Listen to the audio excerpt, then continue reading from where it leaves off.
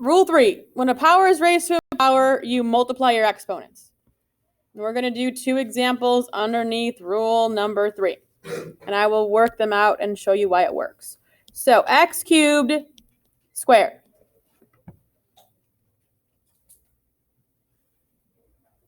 We have done these before, just not with the rule. You know that the exponent on the outside tells you how many times to write what's inside the parentheses.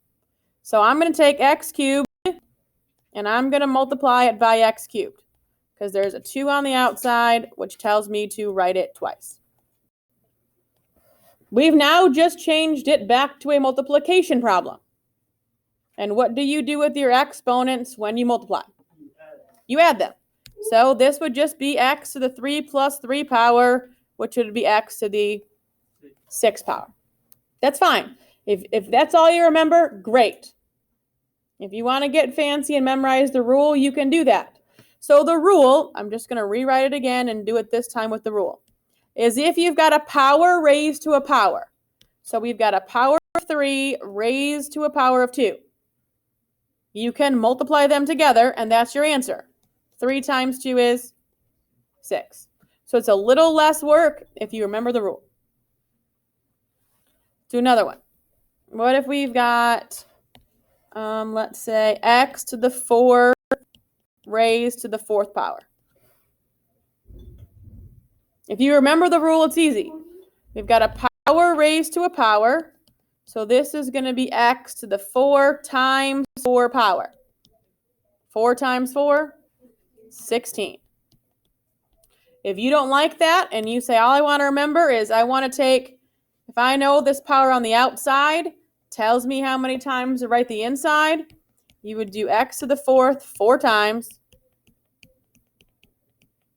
and add your exponents. 4 plus 4 plus 4 plus 4 still gives you x to the 16. Sometimes it might be easier to write it out. Sometimes it might be easier to know the rule. Okay. 4th rule is the most important and the newest. So take a second and finish writing number 4 or copying down number 3. I'll give you like 10 seconds.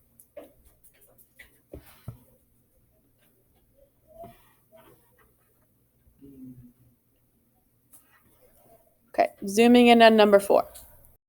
Negative exponents move terms from the numerator, which is the top of the fraction, to the denominator, which is the bottom, and vice versa. What does vice versa mean? The other way. So if there's a negative exponent in the top and moves it to the bottom, if there's a negative exponent in the bottom, it moves it to the top. You need to add something here. The only thing that's going to change is your power becomes positive.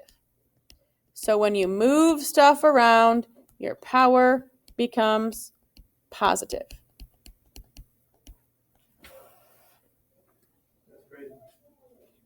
Ludicrous.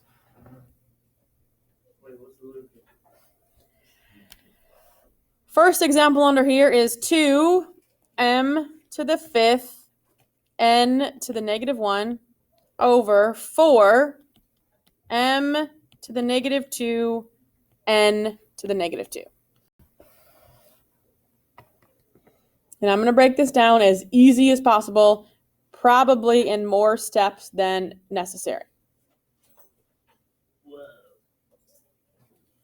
The most important thing that you have to remember is the exponent only goes with the number or the variable that it's written next to.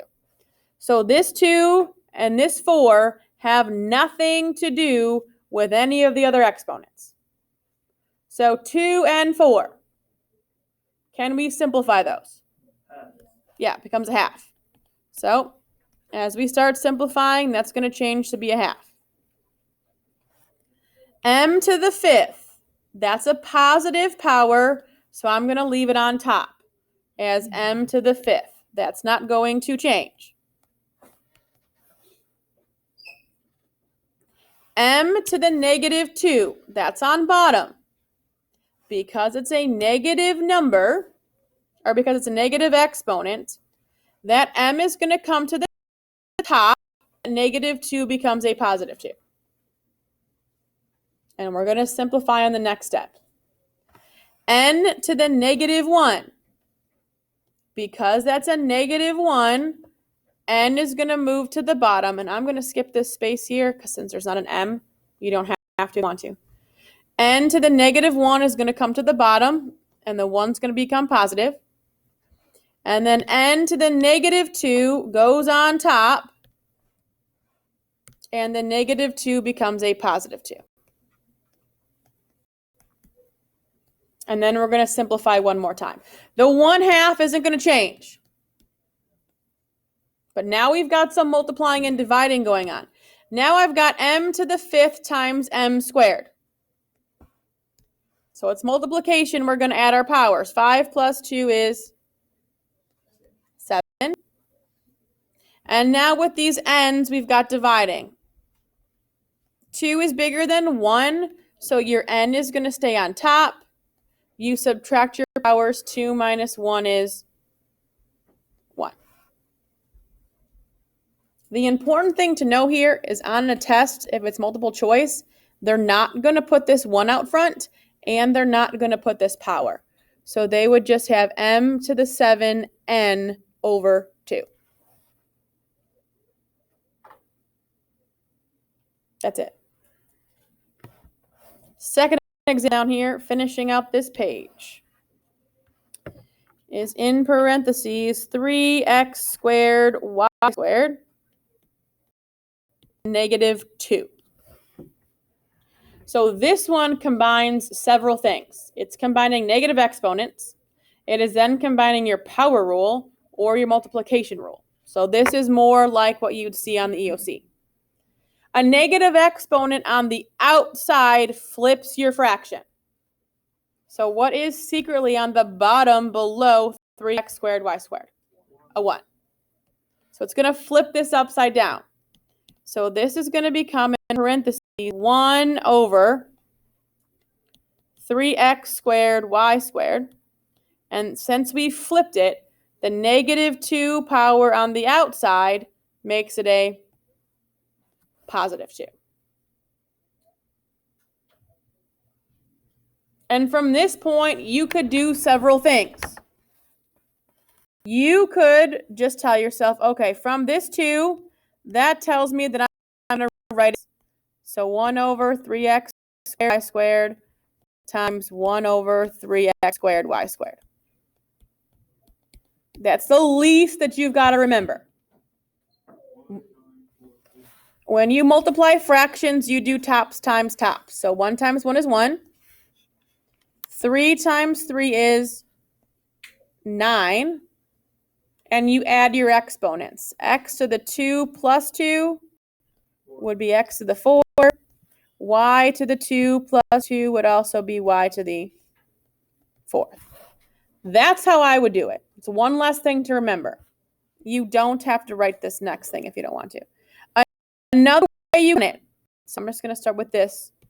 The alternative way that you could have done is you say, I got an exponent on the outside. I'm going to multiply everything. So 1 has a power of 1. So this top is 1 squared now. This 3 has a 1. 1 times 2 is 2, so that's a 3 squared. 2 times 2 would give me x to the 4th. 2 times 2 would give me y to the 4th. Then you would have to simplify one more time. 1 squared is 1, 3 squared is 9, and then these don't change. You get the same thing no matter what.